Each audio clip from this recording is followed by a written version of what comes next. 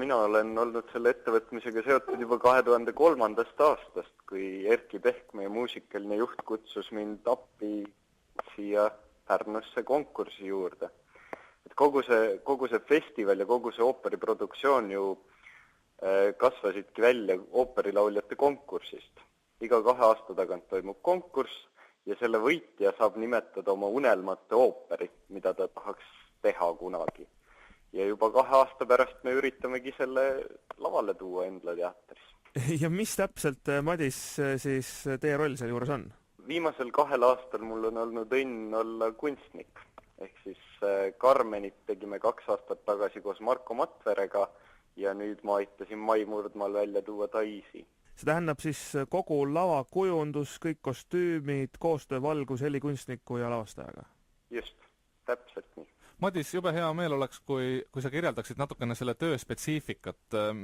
Mismoodi sinu roll peaks toimima? Kas sa oled saalis, vaatad proove, sul tekib mingisugune fantaasia, kujutelm, kuidas asjad peaksid olema või kõigepealt istub grupp inimesi maha ja arutab teoorias läbi, et kuhu suunas liikuda. Kuidas see praktikas välja näeb, see sinu roll ja selle toimimine? No tegelikult kunstnikutöö hakkab juba tohutult palju varem kui ülejäänud trupil. Millega ta tavaliselt algab on see, et sa võtad kätte tekstiraamatu, viid ennast kurssi, mis üldse sind ees ootab.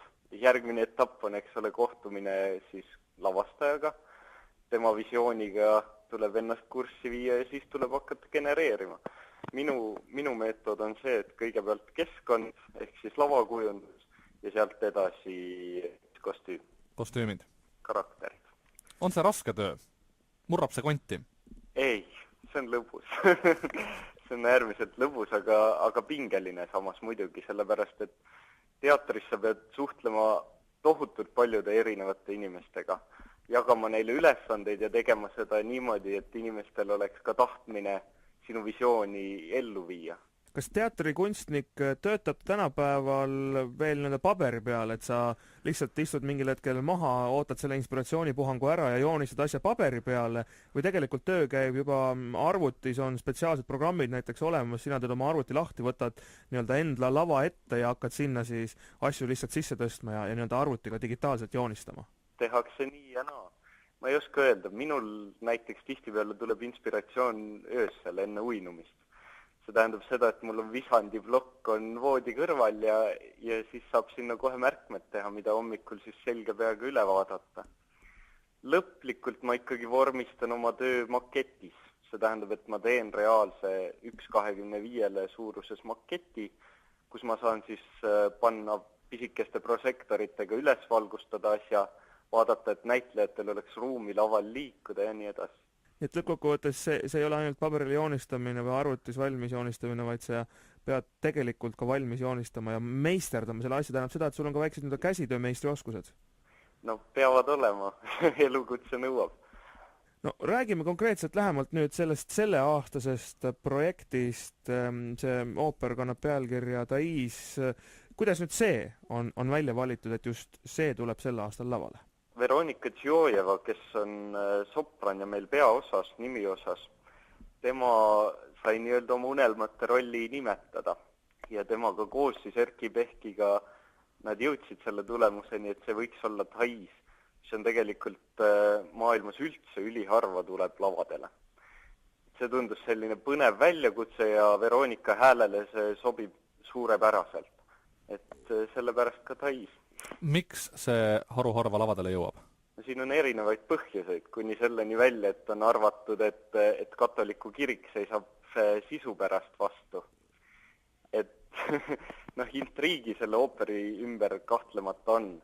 Ooperi sisu ju põhineb Anatole France'i novellil, mis räägib siis mungast, kes langeb oma lihahimu või erootiliste visioonide ohvriks. Et ta on niisugune provokatiivse süžeega ooper ja teiseks peategelase roll või peategelase partii on niivõrd keerukas, et seda lihtsalt ei laulagi igaüks ära. Veronikaga on meil väga vedanud, et talle see partii suurepäraselt sobib. Aga muidu võib ühe käe näppudel üles lugeda neid primadonnasid, kes selle rolli on surematuks laulnud. Kes selles ooperis veel kaasa löövad? meespeaosades on näiteks Oliver Kuusik, kes on meil Rahvusooperis tenor, kes eelmisel konkursil või 3. preemia, ja Ilja Siltšukov Valgevenest, kes samuti sai 3. preemia. nii et üsna rahvusvaheline seltskond on kokku tulnud. Jah, sellele lisaks veel Vladimir Sprudnikovas, endine Leedu kultuuriminister, kes on suurepärane ooperibass. Külaline on meil igast maailma kandist. Mis keeles see ooper ette kantakse? Ooper on prantsuse keeles, originaalkeeles ja eestikeelsete ja inglisekeelsete subtiitritega. Kas see, et seltskond niivõrd rahvusvaheline on, tuleb sinu meelest nii kõrvalt vaadates kasuks asjale või muudab see midagi keerulisemaks ka? Inimesed on erinevate kultuuritaustadega ja erineva mõttemaailmaga võib-olla isegi natukene või ooper koondnimetajana tõmbab ikkagi otsad kokku. See pigem rikastab minu arvates.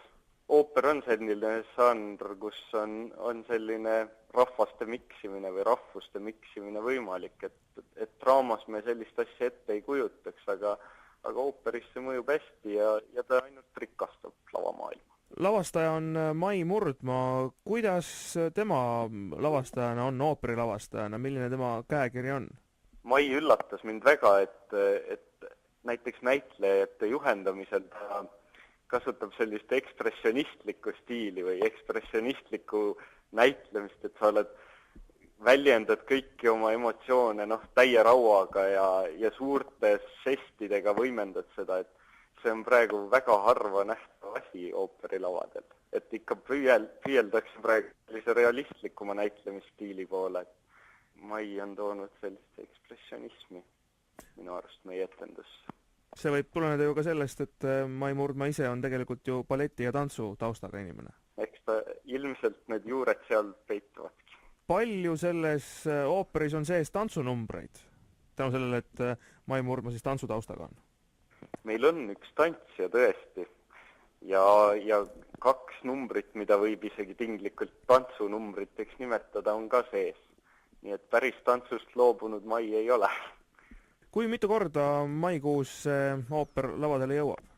Ooperit anname veel ette Pärnus 4 korral ja ühe etenduse anname ka Vene teatris Tallinnas. Ja esietendus on 22. Homme, jah. Madis Nurms, suured tänud selle jutuajamise eest! Suur tänu teile!